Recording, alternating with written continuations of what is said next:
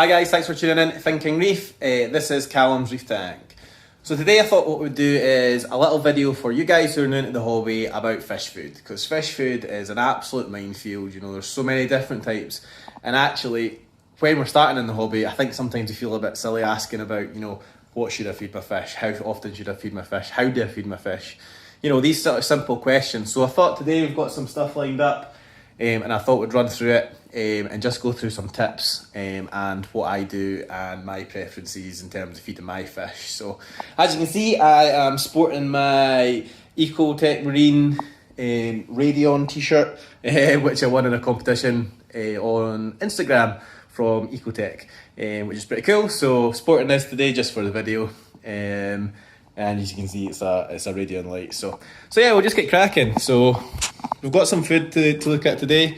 Obviously it's my Reefer 350, and we'll just get started. So yeah, so there's a minefield of foods out there, guys, and I know people prefer different foods. So we'll just go through each one, and like I said, I'll just talk you through what my preferences are. So first of all, what we've got here is a little jar of pellets. Now these pellets are quite large. You do get different size pellets, different types. There's a mix between herbivore pellets and sort of more of a general pellet. Obviously, guys, what you need to do in terms of your food is make sure you're researching what it is that your fish eat, because not all fish eat the same thing. So make sure you understand what you're putting in your system and what it is they require. So for example, tangs really like a constant supply of seaweed or algae to graze on in order for them to be happy. So these pellets are fairly large. I don't particularly like feeding my fish big pellets. The reason being is that they are quite hard. So when you do drop them in the system, the fish seem to struggle to eat them, especially when you've got smaller fish. You know, there's Macromus at the back there. He's kind of really struggling with that pellet, and what will happen is they'll wait until the pellet's soft enough to eat, and as you can see, it's actually just sunk down the back of the system there. So yeah, so that's part of the reason I don't like feeding pellets. Obviously you do get the smaller pellets. The trouble with the smaller pellets is that when you put them in the tank, generally when you take a pinch, you usually put in too much, and the fish struggle to get them because they are so small. And yeah, so some of them dissolve in your system, which doesn't help your nutrient export and stuff. So yeah, so I prefer flake food. So we've got a couple of flake foods here to talk about. But first of all, what I'm going to do is I'm just going to turn off my power heads and my return pump. So I've got my return pump here. I'm just going to put on feed mode. So most return pumps should have a feed mode of some sort. That's a 10-minute feed mode. And then I've just got my gyre here, which I'm just going to turn off completely until we are finished the video. There we go, so that's off. So this, I guess, is the first step, guys, in terms of when you're feeding your fish. The more flow that's going through your aquarium, the more risk that the food's going to come away from your fish and is going to get caught in rocks, corals, whatever. Your corals will eat it, but when it's under rocks, it's just going to dissolve and turn into detritus, which isn't great for your system. So try, if you can, always to kind of minimise the flow. If you can turn it off like this, even better. I don't always turn off the flow, so my fish do get a wee bit skittish. So in the first tub here, what we've got is a relatively small flake food. These come in little tubs. It's quite a hard flake food, so there's different types of flake food as well, guys. So like Mysis RS, it's quite a soft flake. This here is quite a hard flake. So yeah, again, it's preference. I do tend to favour the softer flakes just because they don't take as long to break up in the water, so the fish can eat them quicker. So when you're feeding flake food to your fish, don't drop it on the top of the water like this. So what happens is it just drops in the water, it floats. Your fish come up like the chromis there to get the water, to get the flake food, and when they eat the flake, they take in a big suck of air as well. So fish have got something called swim bladders in them, which makes them able to go up and down and stay buoyant in the water. When they take in too much air, this can mess up their swim bladder, and I know clownfish in particular can be really bad at developing these issues. So when you're putting your flake food in, guys, always just put your fingers under the water so that the food then becomes suspended in the water column. And there you see the fish aren't having to take in any air to get the food unless you put it too close to the top. So that's a really good tip, guys. Just make sure you're doing that. Make sure you're putting the food actually underneath the water and not just slaying it on the top. And it should save you some problems. A really basic tip, but it's quite a good one. So this is another type of flake food. This is the sort of flake food I prefer. But as you can see, it is pulverised. So this is actually quite a large flake food. You get flakes that are maybe a couple inches, maybe around about this size. But the issue with flake food is that when you buy big tubs of flake food, by the time you get to the bottom, the flakes become this absolute pulverised powder, which is obviously problematic in itself, because when you put that in the system, it's like when you put in the mini pellet food, it just goes everywhere. You know, it's really, really small, as you can see here. There's quite a lot of small bits there. You know, that might get hoovered up. I have got quite a lot of fish in my system. You know, the Antheas like smaller food, which is this guy here. So they always kind of graze on smaller particles, so it's quite good. But as you can see, there's lots and lots and lots of tiny bits now floating around that my tangs probably aren't going to touch. So that's one disadvantage of flake food, guys. So just to keep that in mind, obviously that's why some people prefer pellet food. But again, pellet food has its disadvantages as well. But yeah, I still prefer the flake food. I'm just trying to be careful when I'm taking it out. I don't buy tubs that are too big, because if you buy the big tubs, by the time you get halfway down, all you're left with is a powder. So you're better buying the smaller tubs. And I know they're a little bit more expensive. You know, you save a little bit when you buy a bigger tub, but in the long run, I think you're better just buying the smaller tubs. Okay, so that's like your dried food, your standard foods. After that, you have your frozen foods. So you get likes of mysis, brine shrimp, stuff like that. So I've got a little cube of it here, which has obviously been in the freezer, needs to defrost. So what I normally do, guys, is I just fill a little jar like this up with water, and I've got this little sieve, and I let it defrost in the sieve. Now, the reason I do that is because when these are frozen, they're frozen in the water that they've been breeding in, that they've been living in, and it is full of nutrients, and it's the last thing that you want to be thrown in your system. This is actually quite a small cube. You do get cubes that are probably twice this size, so just be careful again how much you're defrosting, how much you're putting in. Generally, half a cube's probably more than enough, so you can cut it in half and then put it back in the freezer.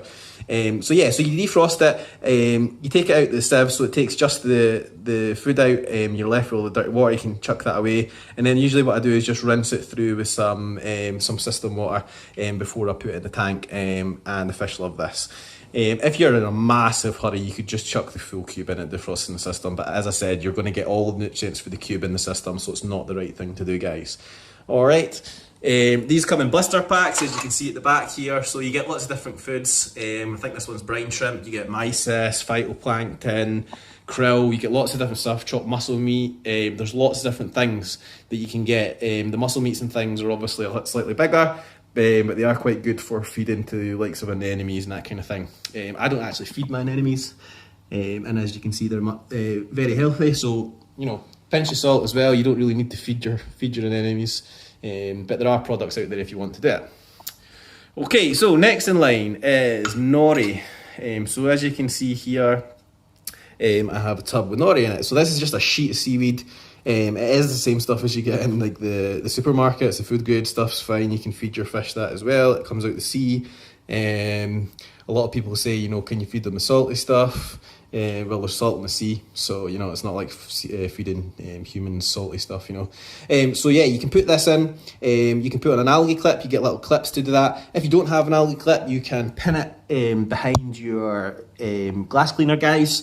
So if you don't want to splash out on an algae clip, not that they're that expensive, you can do that. And again, don't put too much of this in, guys. The tangs will graze on this, they love this stuff, but just top it up. You know, if they use all the nori that's there and you feel like you want to feed them some more, just put more in. Don't put a whole big sheet like this in at once, because all it's going to do is dissolve in your system, and then you're going to get high levels of nutrients in your system, which isn't good for your corals.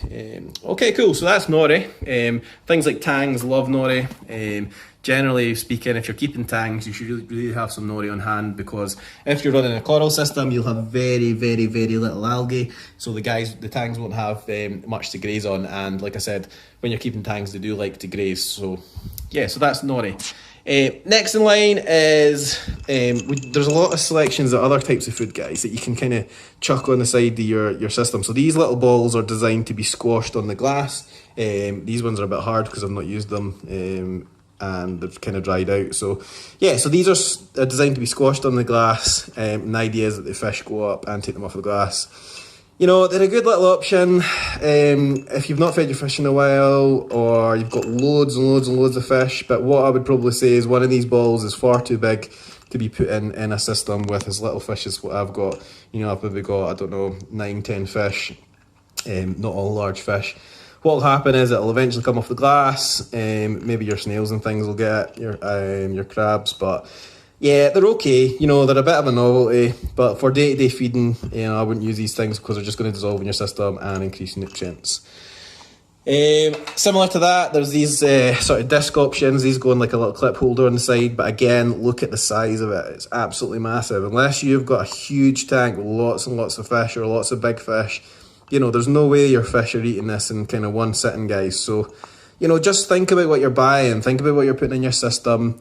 You know, keeping fish and keeping corals is difficult enough, you know, without kind of being your own worst enemy with it. So yeah. And that's everything I've got here at the minute. As you can see, I've obviously bought lots of different stuff over the years, but, you know, generally what I stick to is a variety of flake. You know, I sometimes mix it up just to make sure the fish are healthy and getting different types of flake food. I'll occasionally feed them some frozen food as a treat. And I've obviously got nori on hand for my tangs, and I obviously these have dried up, so you can tell I very rarely use these things. I actually lost the clip for that one, so I don't use that either. So yeah, guys, so just think about what you're putting in, do your research, make sure you know what your fish require. You know, some things like lionfish, that kind of stuff, will need meaty foods. So just research what you're keeping. There are other types of food. You know, you get the kind of powders that you mix with water and it turns into a paste, and you can control how much it puts in. I would suggest that these are better than your pre-made ones that you get because you can control the size of it. But again, it comes with a lot of sort of powder and fine material. So unless you've got a lot of stuff like Antheas that are going to scoop up all that residual waste that comes off it, I would suggest that they're probably not a great idea. Yeah, so if you've got any questions, guys, you can just hit me up. Hopefully that's been useful to someone. Obviously, you're more experienced reefers, guys. You'll probably know a lot of this stuff, but thought I'd put a video together for you guys who are new and may not want to ask the question, you know, how do I feed my fish? What should I feed my fish? I feed them once a day, so I feed them in the morning. I give them probably a pinch, and I do it slowly. I don't put it all in at once. And you can kind of tell once they start leaving little bits, that's time to stop introducing more food, guys. So don't just dump it all in at once, and you'll be able to tell how much you need to feed them. So, okay, guys, hope you find this helpful. Give me a shout if you've got any questions. No question's a silly question. Understand everybody started in the hobby at some point, and it can be quite difficult. As I said, there's a lot of range of foods and things, so it can be quite difficult to understand what it is that you need to feed your fish, how often to feed them, that kind of thing. So if you've got any questions, just let me know.